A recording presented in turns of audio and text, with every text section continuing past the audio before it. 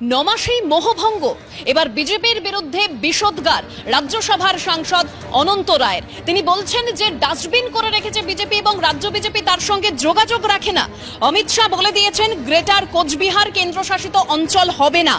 এখানকার জনতার দাবি নস্যাৎ করে দিয়েছে বিজেপি। মানুষ বললে সাংসদ পদও ছেড়ে দেব। লোকসভা ভোটের আগে বিস্ফোরক গ্রেটার কোচবিহার পিপল অ্যাসোসিয়েশনের নেতা অনন্ত রায়।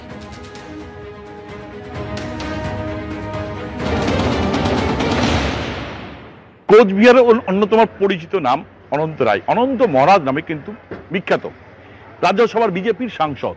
ইতিমধ্যে কিন্তু লোকসভার দাওয়া বেজে গেছে এবং কোচবিহারের যে প্রার্থী তার নাম ঘোষিত হয়ে গেছে এবং ইতিমধ্যে তো কোচবিহার লোকসভার একটা আবহ তৈরি হয়ে গেছে। এই প্রার্থী কি খুশি? এই প্রার্থীর নাম ঘোষণা হয়ে গেছে। প্রার্থী খুশি বলে কথা না, গভর্নমেন্ট বিজেপি সরকার যেটা করবে, পার্টি যেটা করবে সেটা তো নিজের ইয়া মতই করবে। বিজেপির সঙ্গে আপনার যোগাযোগ কেমন? এটার না, বিজেপির সঙ্গে যোগাযোগ স্টেটের তো কোনো নেতা করতেছে না। কোনো যোগাযোগ নেই? না না না, কোনো যোগাযোগ নেই।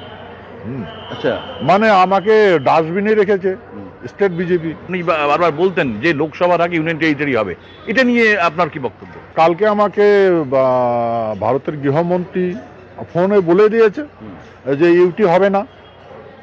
সেক্ষেত্রে তো আপনি যে দাবি করতেন